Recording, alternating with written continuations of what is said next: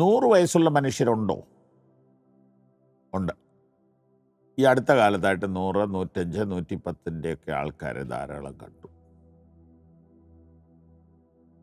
എന്നാൽ വളരെ കുറവാണ്.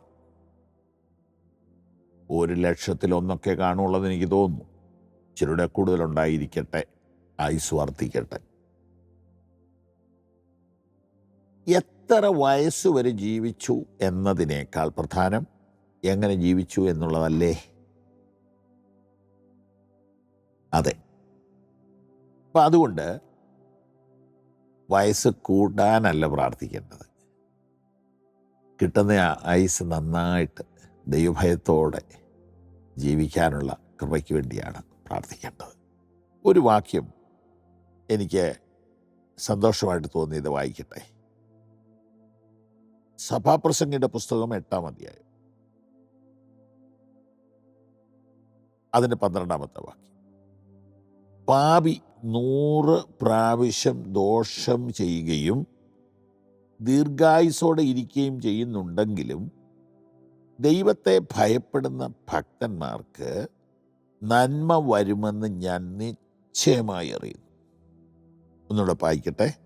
പാപി 100 പ്രാവശ്യം ദോഷം ചെയ്യുകയും ദീർഘായുസോടെ ഇരിക്കുകയും ചെയ്യുന്നുണ്ടെങ്കിലും ദൈവത്തെ ഭയപ്പെടുന്ന ഭക്തന്മാർക്ക് നന്മ വരുമെന്ന് ഞാൻ നിശ്ചയമായും അറിയുന്നു. അതായത് നമ്മുടെ നാട്ടിലോ നമ്മുടെ പരിചയത്തിലോ ഉള്ള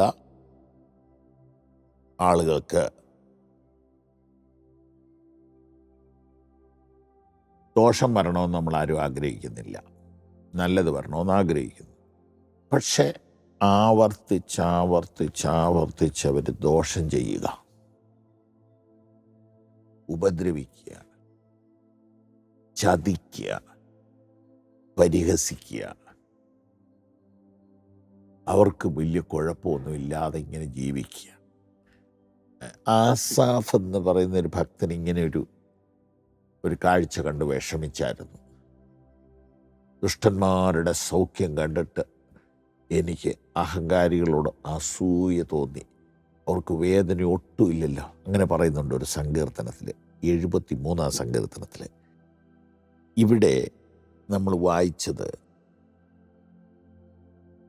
ദുഷ്ടന്, പാപി 100 പ്രാവശ്യം ദോഷം ചെയ്യുകയും ദീർഘായുസോടെ ഇരിക്കുകയും ചെയ്യുന്നുണ്ടെങ്കിലും ദൈവത്തെ ഭയപ്പെടുന്ന ഭക്തന്മാർക്ക് നന്മ വരുമെന്ന് ഞാൻ നിശ്ചയമായും അറിയുന്നു. അത് 12-ാമത്തെ വാക്യമാണ്.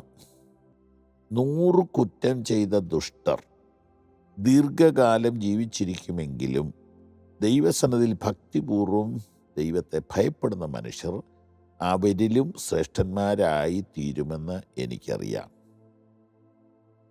An evil person may be guilty of 100 crimes, yet they may still live a long time. But I know that things will go better with those who have great respect for God. ഇവിടുത്തെ പ്രശ്നം ഇതാണ്. തിന്മ ചെയ്യുന്നവർ പിന്നെയും ആരോഗ്യത്തോടെ ഇരിക്കുന്നു. നന്മ ചെയ്യുന്നവർ ചിലപ്പം ഇടയ്ക്ക് വെച്ച് മരിച്ചു പോകുന്നു. പക്ഷേ വേദജ്ഞാനിയായ ദൈവജ്ഞാനം പ്രാപിച്ച ശലോമോൻ പറയുന്നു, അങ്ങനെയൊക്കെ ചില കേസുകൾ ഉണ്ടെങ്കിലും ദൈവത്തെ ഭയപ്പെടുന്നവനാണ് അന്തിമമായി നന്മ വരുന്നത്. അപ്പം അതേത് നന്മയാണ്? ഇവിടെ 98 വയസ്സുവരെ മറ്റുള്ളവരുടെ കുറ്റം പറഞ്ഞും കഴിയുന്നത്ര പേരെ ചതിച്ചും കള്ളത്തരം കാണിച്ചും കൊള്ളപ്പണം മേടിച്ചും ഒരാൾ ജീവിച്ചു.